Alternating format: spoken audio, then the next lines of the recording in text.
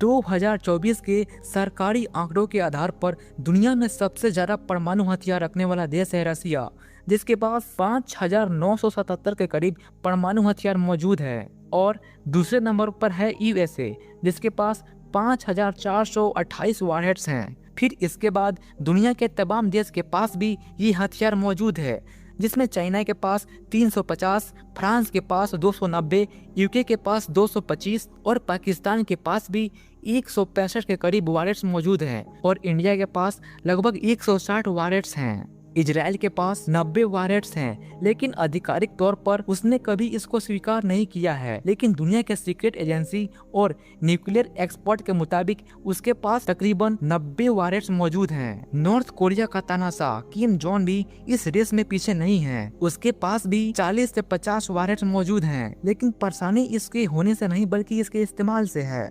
Nuclear bomb इंसान की बनाई गई अब तक की सबसे घातक हथियार है, लेकिन परेशानी इसके होने से नहीं बल्कि इसके इस्तेमाल से है। आज से लगभग 75 साल पहले हिरोशिमा में जो न्यूक्लियर बम ब्लास्ट हुआ था वो इसका शुरुआती दौर था, लेकिन फिर भी उसके एक इस्तेमाल ने 80,000 लोगों की जिंदगी पल भर में समाप्त कर दिया।